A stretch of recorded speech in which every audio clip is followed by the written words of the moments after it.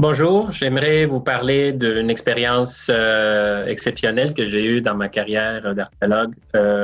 C'est à propos d'un voyage que j'ai fait au Labrador, au tout nord du Québec et Labrador, à la toute fin de la péninsule du Labrador. Et c'était pour aller visiter une carrière préhistorique d'une roche qui s'appelle le quartzite de Rama. Donc, c'est une roche très spéciale, une roche connue par les archéologues dans le sud.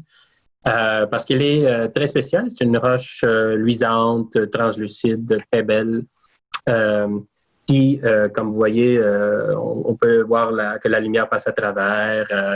Elle est cristalline. On voit comme la fumée qui est prise dedans. Donc, c'est une matière exceptionnelle pour tailler, pour faire des outils, mais aussi, quand on fait un outil, l'outil est très, très beau. Donc, ça frappe à l'œil immédiatement quand on le trouve dans un site archéologique.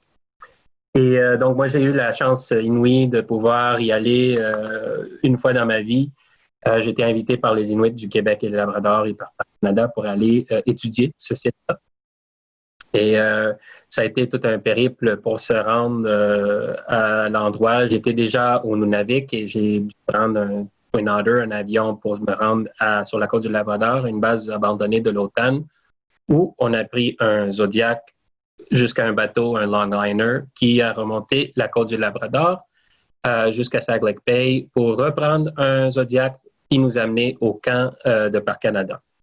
Du camp du Parc Canada, on a dû prendre un hélicoptère le lendemain pour nous amener au site de la carrière. On n'atterrit pas à la carrière, on atterrit sur la côte et après une petite randonnée, en remontant un peu, la montagne, on arrive au site de la carrière. Et ce qui est important de comprendre, c'est que quand on arrive là, c'est comme une vallée qui s'ouvre devant nous, mais une vallée ronde, donc un théâtre naturel. Ce qu'on voit, premièrement, c'est les affleurements rocheux. Donc, les affleurements de ces roches très spéciales, ces roches luisantes, elle est partout sur les bords de la vallée.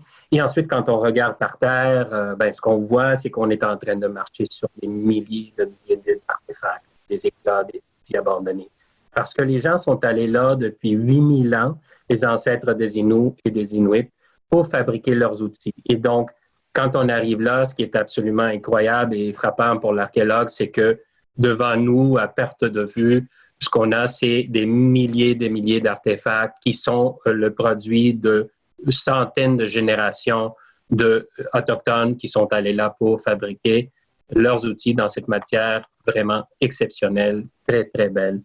Alors, j'ai eu cette chance une fois dans ma vie. Je doute que je pourrais y retourner une autre fois, mais ça a été vraiment, ça valait la peine.